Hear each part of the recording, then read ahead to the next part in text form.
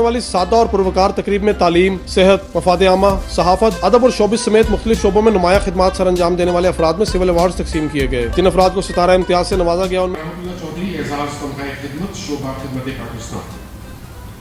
ملاوی میں پاکستانی نجات تاجر اور مخیر شخصیت جناب کرامت اللہ چودھری 2 دہائیوں سے پاکستانی اوورسیز کمیونٹی کی صدر کی حیثیت سے پاکستان کی مدد کے لیے وسعت سے پوش ہیں.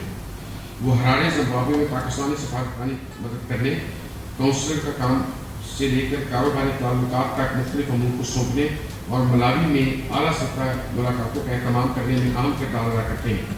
جناب کرامت نے ملاوی میں غیر قانونی پاکستانی شہریوں کی وطن واپسی، قانونی مدد فراہم کرنے کے لیے اہم کردار ادا کیا ہے. ان کے اقدامات کی بدولت افریقہ کی سب سے بڑی ایئر لائن ایتھوپین ایئر ویز کراچی سے ایڈیس ابابا تک براہ راست فلائٹس کا آغاز کر رہی ہے. ان کی لگن نے ملاوی میں پاکستان کی امیج پر مثبت اثر ڈالا ہے. خدمات پاکستان کے شعبے میں ان کی شاندار خدمات کے اعتراف میں صدر اسلامی جمہوریہ پاکستان نے جناب کرامت اللہ چودھری کو تمغہ خدمت کے اعزاز سے نوازا.